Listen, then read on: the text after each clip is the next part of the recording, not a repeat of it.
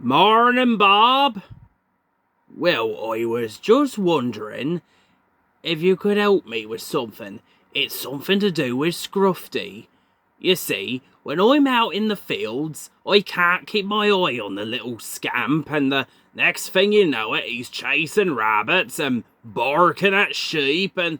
Whoa, whoa, whoa! Scruffy! Heel, boy! Scruffy, you naughty dog! Heel, boy! Set! Alright, Scruffy, into Travis's trailer.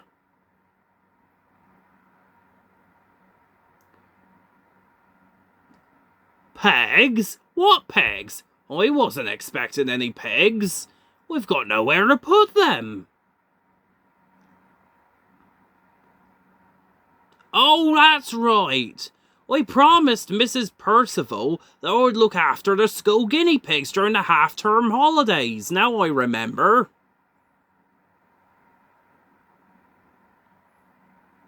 Not by me, you haven't.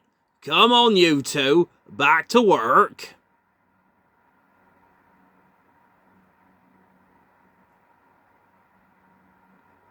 Well, they always say the fastest way to go is where the wind goes.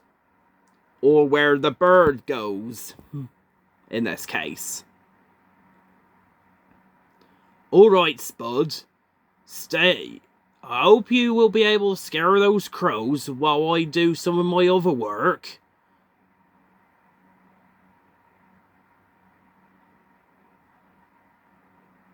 Oh, Bob.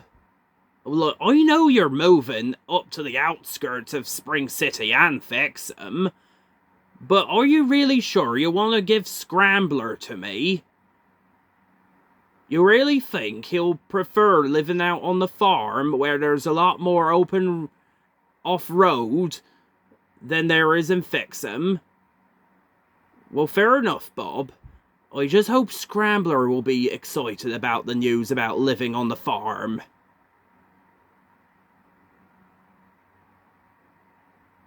We've got to think of where he's going to sleep.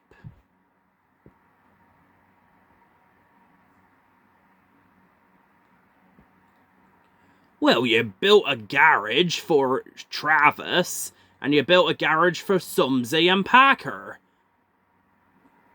But I don't know if a garage would be right for Scrambler. He needs to be somewhere small. Ah, that's a perfect idea, Bob. Welcome to the farm, Scrambler. Hope you'll be happy living with us from now on.